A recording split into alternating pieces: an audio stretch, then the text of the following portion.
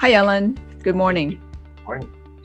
What are 3 steps that you can help them stay motivated along the fitness journey? So many people give up along the way. And I know I have my struggles. Somehow you help me. And I'd like you to share again with all this lady so they can stay focused and reach the goal. Good question. Really good question. 3 simple steps that first come to mind because they're super common and they work very, very well for someone who really wants to make the shift for themselves. Okay, I want to say that up front. For someone who doesn't really want to make a shift, nothing works. So the first thing is you really got to want it for yourself or for someone else.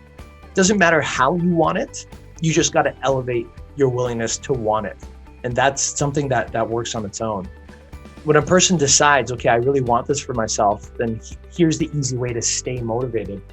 Number 1, figure out for yourself during your quiet time, whether you're sitting in front of your desk or lying in your bed or in the shower or driving, doesn't matter where, but figure out for yourself, what is the one thing that terrifies you the most if you don't gain the benefits of training, of exercise, of good nutrition, of good recovery. An example of that would be the opposite. Most people, when they think about starting off in a training regimen, they think about, oh, I'm going to be sexy, I'm going to be hot, or I'm going to, prove to this person that I can do it, or I'm going to look hot in the dress, or, my high school reunion is coming up. And then it ends there.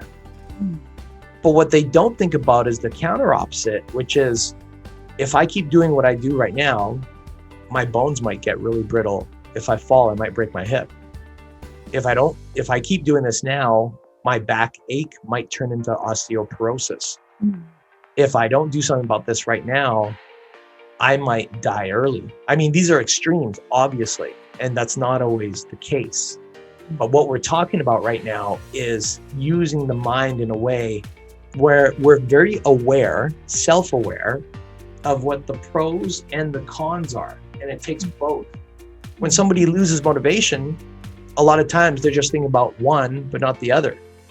So that becomes the very first step of asking yourself, what is going to happen to me in the next 1, 2, 5, 20, 30 years if I don't take action? If I just choose to be still, just live my life the way I normally do, whatever that is for you, right? Then number 2, I'll usually ask that person to imagine, if you don't make the change, and if you stay the same, outside of you, who else is this going to affect? Are there kids in your life that are going to suffer, for example, if you don't get healthier and stronger?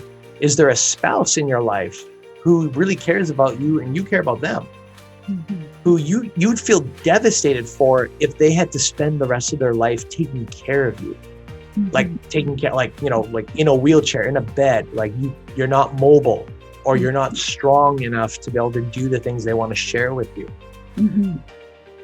So that's number 2. Think about the people around you. Then number 3, here's the big one that I find is big for most people. I usually add some form of public humility. I know, right? What the hell are you talking about, Alan? Public humility, humiliation in the public? Whoa, we're talking about motivation here, sir. What do you mean? Well, guess what? Yeah, there's 2 different factors for motivation. There's usually, as Tony Robbins always says, there's usually inspiration or there's desperation, right? To be inspired means to go after something. Desperation means to avoid, like, I don't want this to happen. And funny enough, in the beginning, most of us operate out of desperation. So I don't judge on how a person gets motivated because the motivation can change. The factor can change. Getting them started, like kickstarting a car or a bike, that's my job, right? Like once they want to go, I help them find ways to go. Like, let's go. Let's find a way to make it happen. But not by pushing them, but by psychologically enticing them. Public humility is something we all fear at some level. We don't like it. Why would we, right? To have the world shame us, to have people shame us, the sense of shame itself is horrible. Yes. The sense of public shame is death-defying. You know this, Helen. Number one cause of most people's fears, number one fear is public speaking, which exceeds death. Like, people fear public speaking more than dying. Are you kidding me? Like, what? And then when you look at the background of that, it's because public speaking, if people don't like you, they'll boo you, right? To be alive and to be shamed is more painful to most people than death. So to know that, I usually ask people, how are you going to feel if all of your friends and family discover that all of a sudden you're super weak, that all of a sudden that you can't operate, you can't, and I sometimes get graphic, like, you know, like, because some people, they're really in trouble. Like one of my friends, he got in trouble, and I didn't know this till 8 months ago. He had a triple bypass surgery, but he's only 2 years older than me. So I'm 42 right now, he's 44. And he had it way back in like 2018. And I was like, what the hell happened? And he said, oh, I don't even know, Alan. I was playing sports with my friends, and I black out and I wake up, and it's been a week past almost, or 4 days, something like that. He's in the hospital, and they performed a surgery on him because he was going to die. You know, and when you look at his back, he's like, I don't understand how that happened. But if you look at his life, nobody challenged him. Everybody partied with him. Everybody did a lot of alcohol, probably a lot of drugs. And again, I'm not judging. People live the way they want to live. Yes.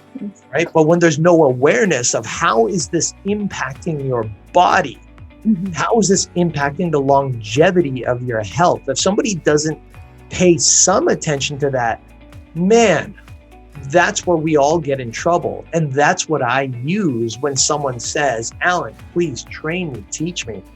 I don't just get into, okay, 20 push-ups, and you know, I used to, doesn't work. Got to get it in here first, right?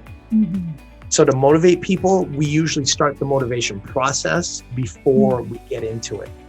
It's one of the reasons why you and I interview our clients before we start with them, because as they're speaking, I'm listening, but I'm not directly asking them, like, what's your motivation? You know, that no one knows. But as people start to talk about their life, oh yeah.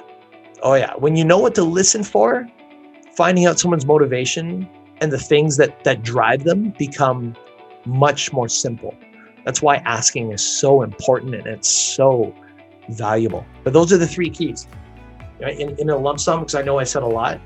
Number one, find out what they're thinking about in terms of future, like what do they want?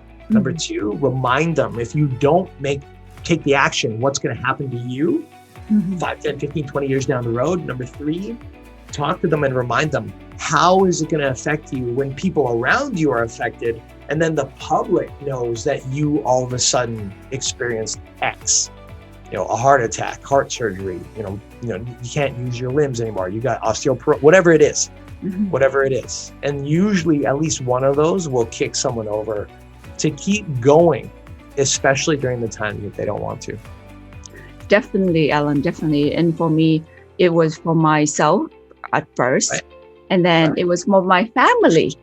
And then now it's for the world, how my transformation will make a difference. And again, you know, if I'm healthier, everyone will be happier for me. And that's just that.